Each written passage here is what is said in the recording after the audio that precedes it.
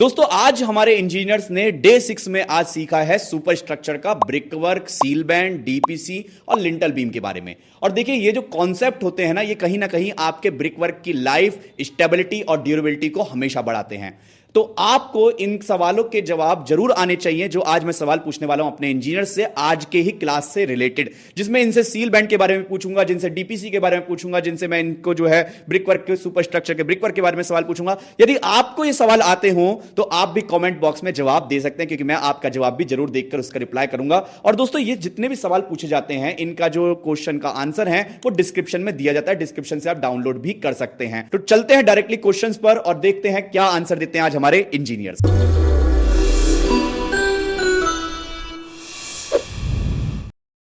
अब है ये कैपिलरी एक्शन क्या होता है और हम सुपर स्ट्रक्चर के अंदर डैम प्रूफ कोर्स क्यों प्रोवाइड कर रहे हैं? सुपर स्ट्रक्चर के वॉल में डीपीसी इसलिए प्रोवाइड किया जाता है कि पानी जो रहता है सुपर स्ट्रक्चर में ऊपर चढ़ता रहता है। इससे कि क्या होता है कि पेंट हमारा खराब हो जाता है, पुट्टी खराब हो जाता है, वॉल का स्ट्रेंथ पूरा का पूरा बिगड़ जाता है। और जनरल अगर देखेंगे हम जैसे सुपर स्ट्रक्चर में पोछा लगाते हैं घर में, तो पोछा लगाते हैं तो क्या होता है कि किनारे किनारे पानी जो रहता है वो कहीं ना कहीं वाटर के जो रहता है वो पोर्स को ढूंढ के ऊपर चढ़ने लगता है। अगर डीपीसी नहीं प्रोवाइड करेंगे तो वही बाद में फिर पूरा पूरा पेंट और प्लास्टर खराब करेगा और फिर मेंटेनेंस बहुत जल्दी मांगेगा।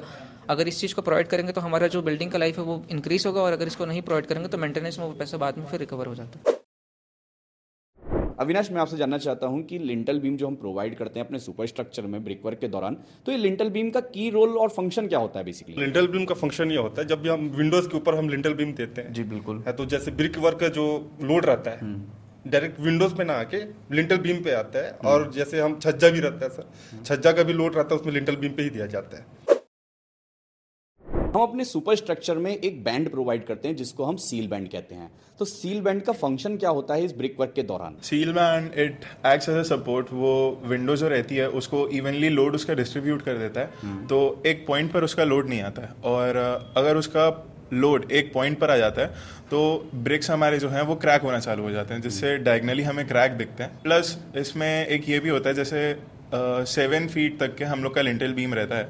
अगर हम बीच में सील बैंड नहीं प्रोवाइड करेंगे तो ब्रिक वर्क पूरा 7 फीट का एक साथ हो जाएगा, जो कि स्टेबल नहीं रहेगा हमारे स्ट्रक्चर के लिए। उसमें आरसीसी मेंबर है, ये उसकी थिकनेस 100 mm रहती है, और आरसीसी मेंबर होने की वजह से इसमें हम कॉन्क्रीट का मिक्स जो यूज़ करते हैं वो M25 रहता है। हम अपने बिल्डिंग में एक पार्ट प्रोवाइड करते हैं जिसको हम सुपर स्ट्रक्चर बोलते हैं। तो सुपर स्ट्रक्चर किस लेवल से स्टार्ट होता है? सुपर स्ट्रक्चर सब स्ट्रक्चर के ऊपर प्लिंथ लेवल से स्टार्ट होता है, ब्रिक वर्क, उसके बाद सिल बैंड, उसके बाद ब्रिक वर्क, फिर उसके बाद lintel level, lintel beam provide करते हैं, उसके बाद ब्रिक वर्क देते हैं अप टू स्लैब बीम, उसके बाद स्लैब कास्टिंग करते हैं। जब भी हम अपना सुपर स्ट्रक्चर प्रोवाइड करते हैं तो उसमें एक ब्रिक वर्क आ जाता है। तो ब्रिक वर्क में कुछ ओपनिंग पार्ट आते हैं जिनका हम डिडक्शन करते हैं। तो कौन कौन से वो ओपनिंग पार्ट हैं जिनका डिडक्शन किया जाता है? जब ब्रिक वर्क करते हैं जो हम कुछ ओपनिंग्स देते हैं, डोर, विंडो, वेंटिलेटर्स, ये हमारे ब्रिक वर्क का पार्ट नहीं होते, तो इनको हम जो है ब्रिक वर्क से डिटेक्ट कर देते हैं। भूपेन, जब भी हम ब्रिक वर्क प्रोवाइड करते हैं तो ब्रिक वर्क में किस मेजरमेंट तक हम डिडक्शन नहीं करते हैं? IS 1200 पार्ट नंबर 3 के अनुसार यदि ब्रिक वर्क का एरिया 0.1 स्क्वायर मीटर से कम होता है तो इसके लिए हम डिडक्शन मैट नहीं करते sir. Half thick brick wall और फुल थिक ब्रिक वॉल में क्या डिफरेंस होता है और इसका मोड ऑफ मेजरमेंट कैसे किया जाता है CPWD स्पेसिफिकेशन के आधार पर? हाफ थिक ब्रिक मतलब 1 लाइन ब्रिक होता है, और फुल थिक मतलब 2 लाइन ब्रिक या उससे ज़्यादा हो सकता है। और इस पर IS कोड, अगर बोर्ड ऑफ मेजरमेंट की बात करें तो हाफ थिक जो होता है वो स्क्वायर मीटर में हम मेजर करते हैं, और फुल थिक होता जो मेजरमेंट होता है वो क्यूबिक मीटर में करते हैं। लिंटल बीम शटरिंग प्रोवाइड करते टाइम उसका मोड ऑफ मेजरमेंट किस तरह से लिया जाता है? और एक इंपॉर्टेंट बात उसमें, जब हम बात करते हैं अपने डोर और विंडो की तो वहां के टॉप पार्ट को हम वहां पे ऐड करते हैं, टॉप पार्ट के एरिया को ऐड किया जाता है, ऐसा क्यों? लिंटल बीम कंक्रीट करते टाइम शटरिंग दोनों साइड लगाते हैं, साथ ही साथ हम लोग विंडो और डोर के टॉप पार्ट में भी कंक्रीट करते हैं, तो वहाँ पास भी शटरिंग लगाना पड़ता है।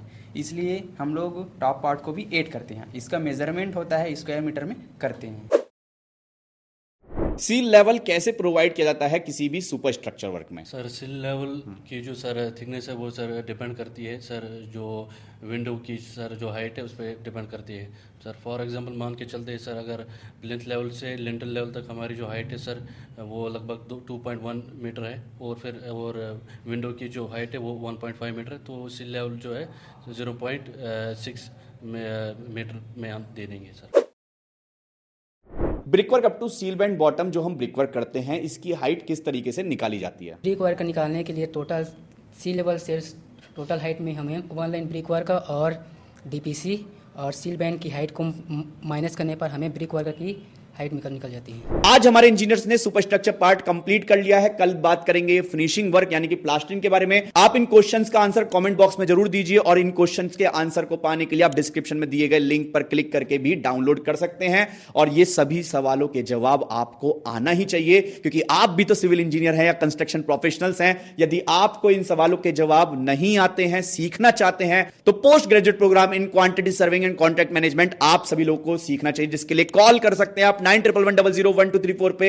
मेरी काउंसलिंग टीम से बात करो, कौन से स्किल्स आपके लिए बेस्ट होगी, वो गाइड करेंगी आपको। और डेफिनेटली आप कैरियर स्टार्ट करना चाहते हैं, ग्रो करना चाहते हैं, तो ये स्किल्स ही हैं जो आपको ग्रो कराएंगी। तो मिलते हैं नेक्स्ट वीडियो में, तब तक के लिए जय हिंद, जय भारत।